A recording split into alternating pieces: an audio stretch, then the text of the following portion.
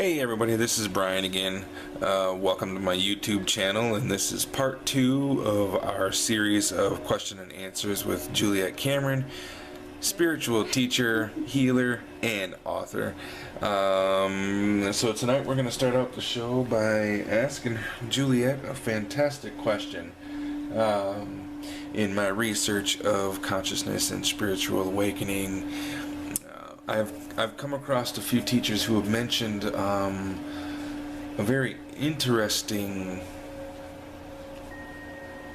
piece of information, and it came from a movie which I watched, which was The Secret, and it was the law of attraction. So the first question of the evening, there could be more questions, who knows. The first question is, so what is the law of attraction? How can you classify the law of attraction? How can you explain the law of attraction? Sure. First thing is to know that the law of attraction is not a fad. Okay, so I remember years ago when I first mentioned the law of attraction, actually wanted to give the movie The Secret to a friend, and she goes, "Oh, my husband's work, they already saw that, and that's great if you believe in that kind of stuff." And so the first thing is, universal law is gravity is a universal law. Okay, so if you don't believe in it, it makes no difference. You're going to get out of the bed and you're not going to float to the sky. You're going to be landed and centered, right? And if you drop an apple, it's going to fall. That's Newton's law. And so it is, no matter if you believe in it or not. So it's definitely So it just happens. It does. So. It happens whether you know about it or not, and it happens perfect all the time. So this universal law, and there are several, the law of attraction is like energy attracts like. Okay, so any thought has a brainwave, a frequency to it, thought. And that thought evokes a feeling, and that feeling is the charge. It's the superconductor to attracting the exact same vibration to you. So if you wake up in the morning and you feel like crap, if you don't break that cycle, everything else folds through the rest of the day where you feel bad. All these things are happening, and so you are focused on circumstances that are depressive or negative, and that is attracted to you. You're going to see more of it because that's what you're focused on. So you're going to see more negative things. Yes. Anything like, okay, I received another bill in the mail. Oh, I'm so tired of my bills. And or here's a really common one: time. I'm late. Oh, now I need to get in my car. I need to hurry up. And now there's traffic. And now I'm angry. And so now I'm more frustrated. And it's never really the situation. It's what we put out, over and over and over. And the thing is, I always say this, it's never the situation, because you can take many different people that are sitting in that traffic jam, and not all of them are ready to pull their hair out. Some of them are just going, I gotta sit here, might as well turn on some nice tunes, maybe roll down the window and enjoy myself, because we're not moving. So it's never the situation. The law of attraction is really important because it is the major fundamental tool for us to know how to master everything we could ever want. Okay, if you don't know how to use the law of attraction, it'll use you any way you put it out. So most people live their day by letting situations dictate how they feel.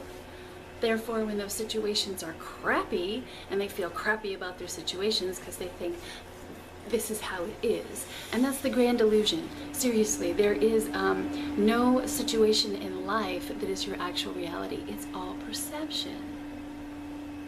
So that law pretty much states you've got to really get right with the mind. And so when you say like the law of attraction attracts like, or that's a term from Jack Canfield, like attracts like, but Or thoughts become things. That's another quote, I think, by, oh gosh, it's one of the, I feel bad. I need to remember. But it's on there. Yeah. Yeah. Thoughts become things. Though that's Bob Proctor. Okay. Okay.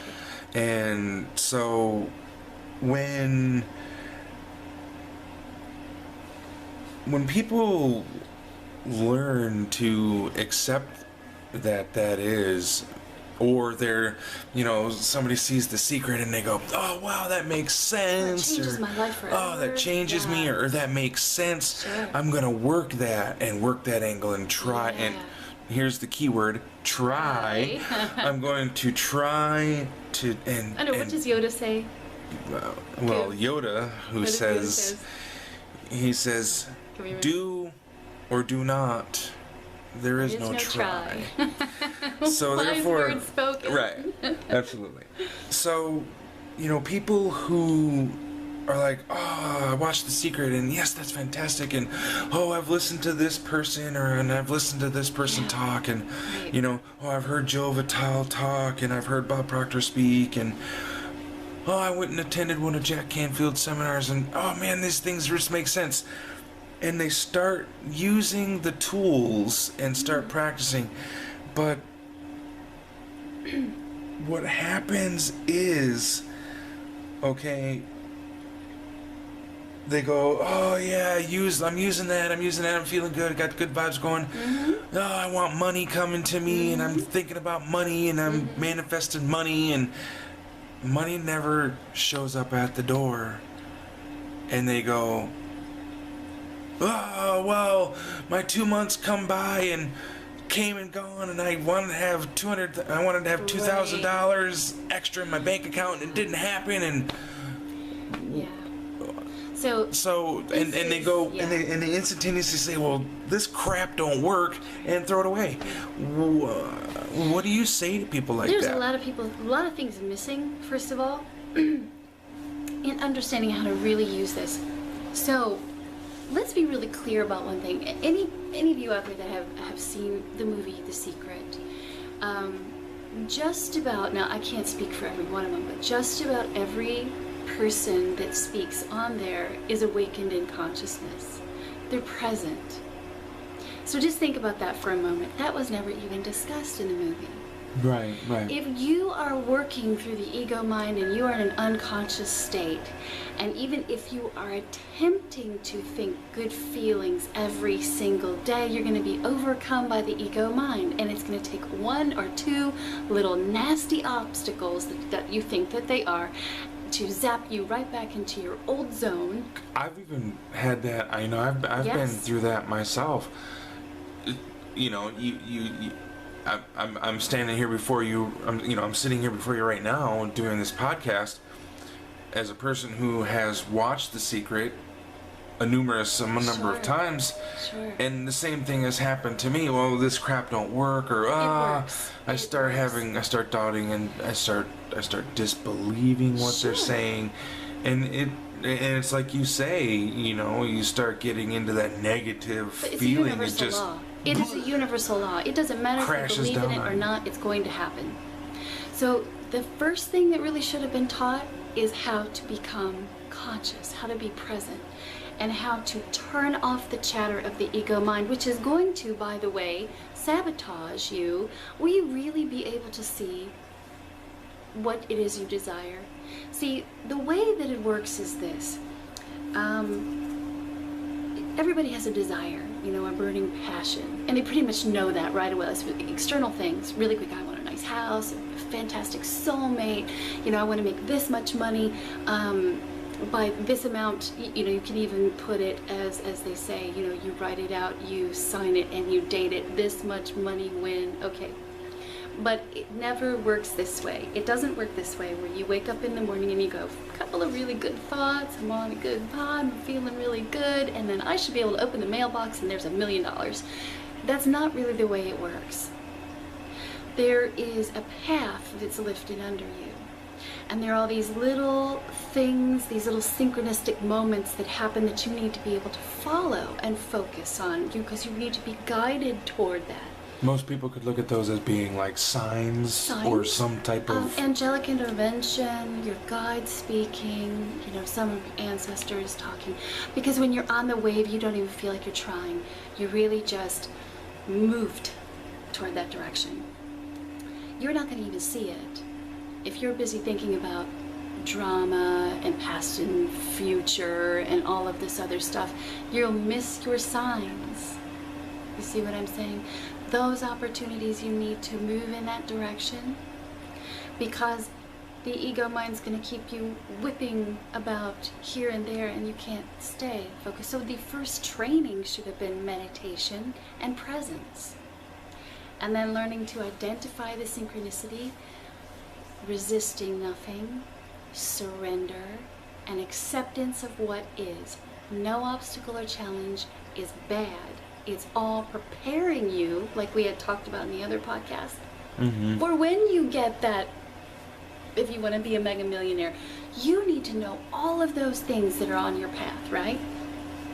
So that's just one part of it. So, they talk about learning to visualize, ask, receive, and be open to surrender. And it's really, there's more to it than that. You see what I'm saying? First of all, you need to know how to be present. Well, we'll get to the more part of that, I'm sure, later in these series of podcasts. Yes, we will. But let's just say this. You do need to know how to visualize. And what visualization does is it projects you into the future. That's very true. Your desire, you see yourself.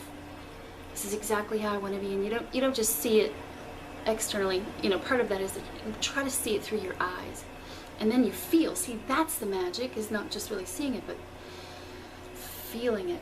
And it's in technicolor, and maybe you can smell the smells around you, hear the sounds around you, and maybe even, feel what it's like to kiss your lover. I mean, get really intimate with that. Now people would say meditation is visualization. Is that true or no? Meditation is not, and meditation is work. Meditation is finding the still point where there's silence. And then when thoughts do come, you let them cross. That's being the observer. And that's done through meditation. That's done through, this is the only... Or trance. Meditation is really the only exercise where you really can and should know that is the real work of presence. Because you have to go inside.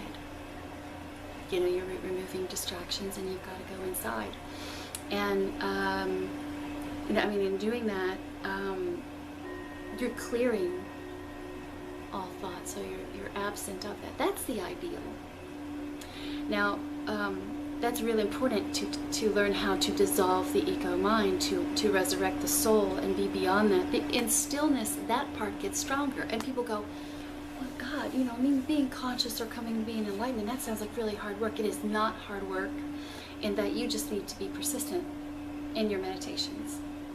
So you would say then that consciousness would be the stepping stone for using the law of attraction. How will you ever be happy if the money even landed in your lap and you're too busy being unconscious and wrapped in your drama?